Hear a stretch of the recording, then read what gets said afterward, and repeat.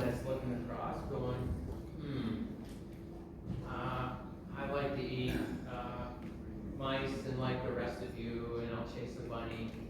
But there's one superpower.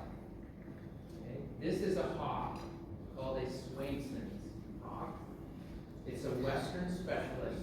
We'll see it eastern to the Dakotas, and then west all the way to California. Not found on the East Coast. But its close cousin is, and who is that? Come on, you all have seen these birds. What's the great big hawk with a red tail? It's a red-tailed hawk, yeah. This is Papa. We've named this particular Swainson's hawk Papa based on a Latin, or excuse me, Spanish term or name. There's big, different shaped wing. Not to a point. Not a falcon wing. It isn't going to fly like a falcon. Okay, as long as Pava is a name, Spanish name for kettle. And this is a bird that migrates all the way down to the southern tip of Argentina. The entire population, all but maybe 10%, 90% of every individual of this species goes to the same place down in Argentina. A little quick raise of hands if anyone's thinking that could be a problem. Yeah, think about that. If there's a little problem where the entire population in the world wants to winter, let's share that story for a moment. So this is Papa. This is a bird that was unfortunately hit on the road. Papa is blind in her left eye, completely blind, and a good question would be, okay Roger, how do you know that? You actually look inside a raptor eye? Absolutely. We have avian ophthalmologists that come work with us.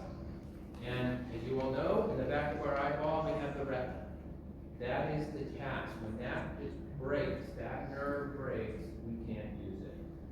Raptors, we can fix bones, humerus, femurs, we can't fix the eye. And that's the problem. Typically, when we hit these birds on the road, that's the problem. So here's Papa, completely rehabilitated.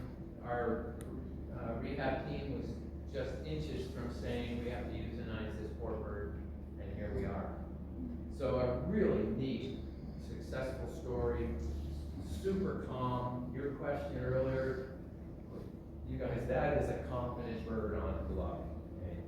Probably every one of you could have Papa on your glove over a little bit of time with Dylan's training.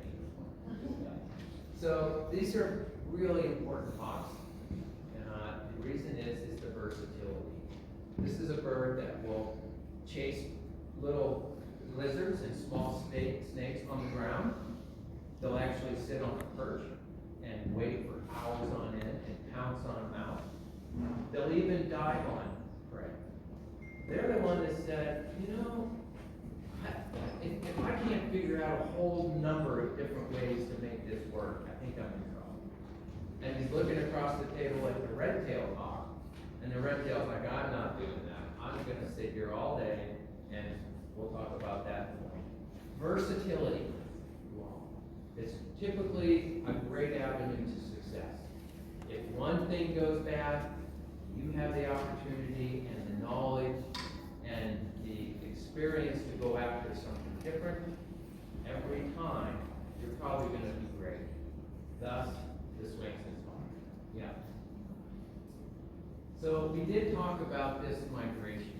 One of its other superpowers, other than being a versatile dietary bird, is right now when they're on babies, the females are incubating, they're hatching they've already been hatching, some of them are about ready to fledge, they've been eating mice and small mammals.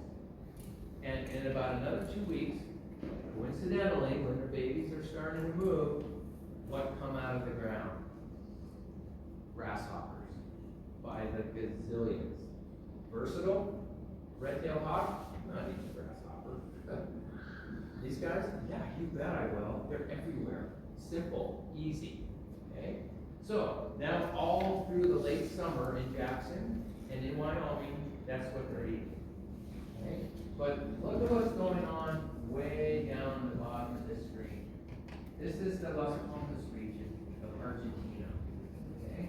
And this is the migration path by tens of thousands of these birds are coming twice a year. Okay?